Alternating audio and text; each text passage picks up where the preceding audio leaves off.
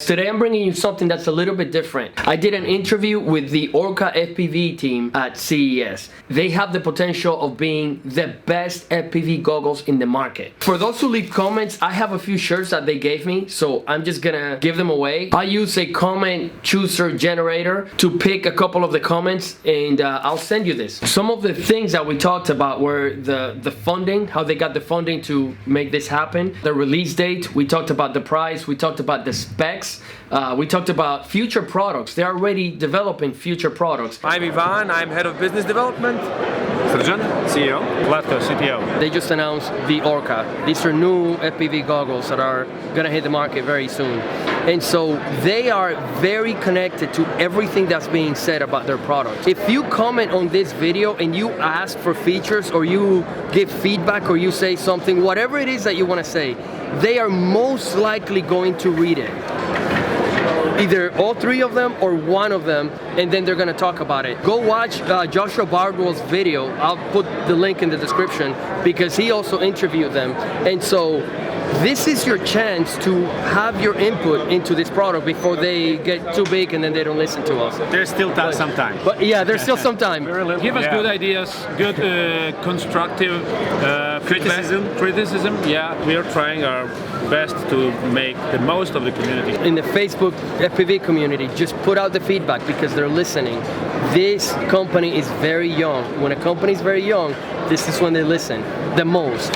So really what sets these apart is the largest resolution micro OLED ever used in the FPV goggle. So we're talking about half-inch 1280 by 960 pixel micro OLED, 4:3 aspect ratio, native, and you can get sort of native 720p by shutting the pixels on and off, top and bottom. You can shut them off, and because this is OLED, you really don't, there's no like this bleached black kind of effect. You really don't know that this is not 720p. So hold on, when you say turn off the top and the bottom, what exactly do you mean by that? So it's effectively cropping the image. So when on OLED, black is black. There's no backlight on OLED, so you would not really see that there's more screen than what you are really seeing. As if you would take, for example, an LCD 4:3 and play 16:9 video, you would kind of see that two strips. Okay. With OLEDs, there's no such thing. And actually, we were until the FPV people started coming in, we were playing 16:9 resolution. You couldn't really say that this is not 16:9 micro display inside. And only when we turned on the 4:3 aspect ratio here on a computer, we were like, man, this image is even bigger than it appears. So yeah. I want to know a little bit about you guys. Okay.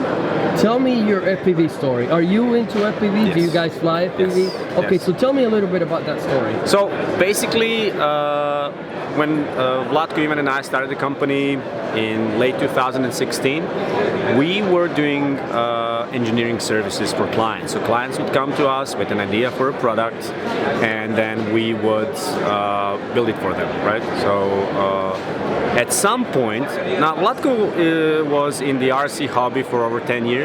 He was, doing it even before the FPV ever was a thing, and he kind of brought me into it, and I think the tipping point was when at some point I bought us a little kind of like a tiny whoop kind of toys, but without the FPV camera.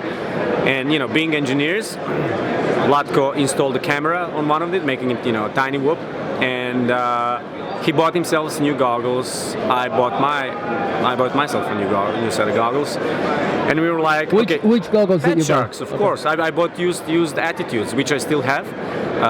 And no. The first was Dome Terminators. I bought Terminators, used Terminators. Then I tried his, and I was like, man, I have to buy better ones. So I bought the Attitudes, also used. And at some point, I told him, maybe we should try building our own goggles, And at that time, we already had an engineering team. 2 years ago, right? 2 years ago, yeah. 2 years ago. And that's how it all started. I mean, we started. We had the idea that we could do it cheaper and better. And we were wrong about one of those things. We cannot do it cheaper, but we decided if we cannot do it cheaper, let's do it better. And the reason we can't do it cheaper, it soon became apparent that when we started researching micro displays, it turns out that if you want to have certain quality micro display, if you want to have certain if you want an OLED in the size that we wanted to have, in terms of resolution that we wanted to have, you have to pay the price, and it's actually the price of the display that's really making the price of the goggle. So this is why we couldn't do it cheaper, but we still wanted to do sort of open up a new tier on the market and build a goggle that will give the FPV pilots the nicest image that they can get in a very high resolution, but also a Mavic pilot, a Phantom pilot who wanted to fly FPV but didn't really want to put a big box type headset on, but a chance to fly on a compact set like this. So we're kind of opening a new product category, if you wish. Okay. So our story really is, getting into hobby and then deciding to try to do something, new. Right. So it's that good of story. You get into something, you see that you can improve it, and so then you go and try to improve it. Exactly. And you guys are engineers. That's what you do. Yes. So now let's talk about the funding. How are you funding the R&D? How are you funding the company? So far it was bootstrapped. So, we have a team of 15 engineers. We're doing projects for clients all over the world, building products, building technology. So we pretty much, we didn't take any money out of the company. For a long while we didn't pay ourselves. We're still not paying ourselves. And we were just reinvesting, buying a lot of equipment, investing in R&D, investing in prototypes, and we pretty much bootstrapped 2 years of development of this product. Now when we came close to actually putting it out to the market and starting volume production, we decided that we want to raise money, VC money, to be able to get to volume production now. And how is that? How is the VC world treating you? How's that going? We quickly realized that, I was in finance 10 years before I came back to engineering. I am engineer by training, but before I actually started my own engineering company, I was working in finance, in asset management, and I do know how VC view potential investments. Before starting working with John and Vlatko and starting Orca, I had a successful exit from a consumer electronics startup, so I have experience from that end as well. So yeah. Okay. Yeah, and then when we started raising money, we realized that FPV is a tiny market, and if you are raising money on a business plan that is focusing on FPV, that's not going to work. You said it's a tiny market. Yeah. Obviously, to go in front of a VC, you have to do some research. How tiny is the market, or how big? What is the size of the market? So we're talking about a global niche, and the size estimates range between 50-ish to a couple 100,000 people globally. It's a tiny market for what a VC fund is seeking for. Yeah, VC's 1x, it's of 10x. Yeah. So we started looking for other ways that we could use this technology in, and we started noticing a lot of drawbacks of the existing technology, and we started noticing different sort of use cases for this technology should it be improved. And we started working on improving this technology. So improving the imaging side, improving the transport side, improving the headset side. And slowly, our business case that's not just focusing on the FPV market, but taking a wider view, started to kind of coalesce out of different ideas over 2 years. And on the back of that, we started pursuing a very interesting and I should say aggressive technology roadmap that got some people in the financial world excited. And we've managed to raise some money from some angels. We managed to attract interest from a number of VC funds, and this is how this story started to become. So you're saying that you closed your seed? Yeah, okay. Pretty much. Yeah. Can you share what your seed was? Once it's public, you're going to know about it. But Yeah, Give me a hint. Give me an exclusive. I'm trying to get an exclusive from these guys. No, it's not still for publication, but it was enough to start. What is it that got the investors excited? I think it's use cases of FPV technology. So not the FPV technology of today, but something that will evolve from the FPV that we know today. The bet here is that the market is ready for this previously non-existent category of an FPV product. So we're talking about something that's going to be a crossover between what today's FPV pilot would want to fly on, and something that your average Mavic or Phantom pilot would want if he wanted to fly FPV. So the bet is that there is a market for such products. If that bet fails, if that bet is wrong, the first product will fail. But I'm strongly positive that this bet is the right bet to take, because simply, by talking to a lot of people, we got the same kind of vibe, and it kind of resonated with them as well. What are you holding there? So, FPV ONE, 1280 by 960 pixel resolution. The field of view is 44. We have a pretty large IPD. I think we're currently the largest IPD available on the market for FPV goggles. HD DVR, your standard things like SD card slots. You can turn on and off the fan, one button recording, channel up and down. We're gonna have standard size RF module bay. It's gonna be high powered, so you'll be able to plug in your rapid fire inside. Through the there's a secondary bay.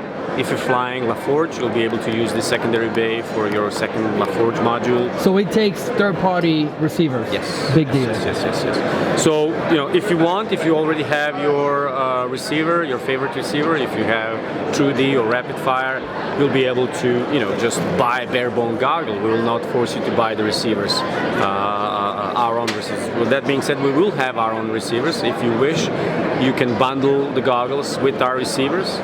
We'll have a nice, very good quality diversity module inside that you will be able to buy. You will be able to bundle it with our antennas. What's this here? These two sensors. Okay, that's a very cool thing. That's the proximity sensor. Okay. When you take off your goggles, it will put your goggles to sleep. So it will turn off the micro displays. So you don't. It happens often that you forget to turn off your goggles, and you find them running for hours. What about price? Pricing will be less than $700. Between 600 and 700?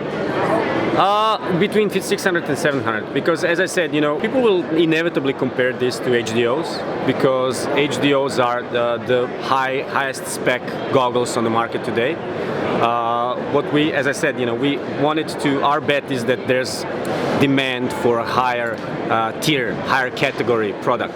So this product is not in the HDO category. FPV2 will be in the HDO category, because FPV2 will have the micro display resolution and size that will be closer to what HDO has. Why do you choose to make them black? Our main guide for the design and for the look and feel was the low poly stealth kind of design. And when you think stealth, when you think low poly, you think black. We thought that we won't be offering different color options, but this created, we were listening to the community, and we got a lot of comments about them being black, and I'm what kind of comments were you? People were worried that they will get hot in the sun. That's a perfectly reasonable comment, we listened to the community, and we decided that yes, we're going to have different color options. This is going to be your primary module bay. This is your secondary module bay, and then if you are flying LaForge, you will want to put your secondary LaForge module here. You'll have to run run the wires yourself, but we wanted to accommodate those that prefer LaForge and that already own LaForge, so that they could put them in. But in the future, we may decide to use this space for some more. What happened? Yeah, The show is over. It's over? It's over. CES is over, officially over.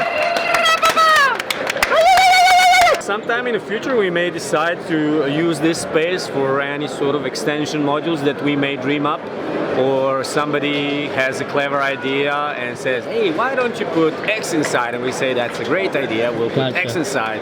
So you can expand into the future. Tell me about your product line. When are these coming out? I'll tell. So, if you asked me before the CES, I would have told you that we would be planning to come out late February, early March. But during the CES and during some of our own testing, we realized that there's a bit more work that we want to do on them. So we're going to delay that, and I don't know what we're going to release. Really. Now I'm going to try on the goggles, and you're just going to see my first impression. I haven't.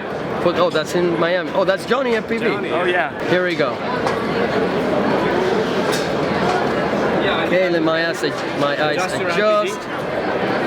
Where? Yeah, you're good. Yeah. Yeah, I see it. Okay, and I'm adjusting. Oh my God.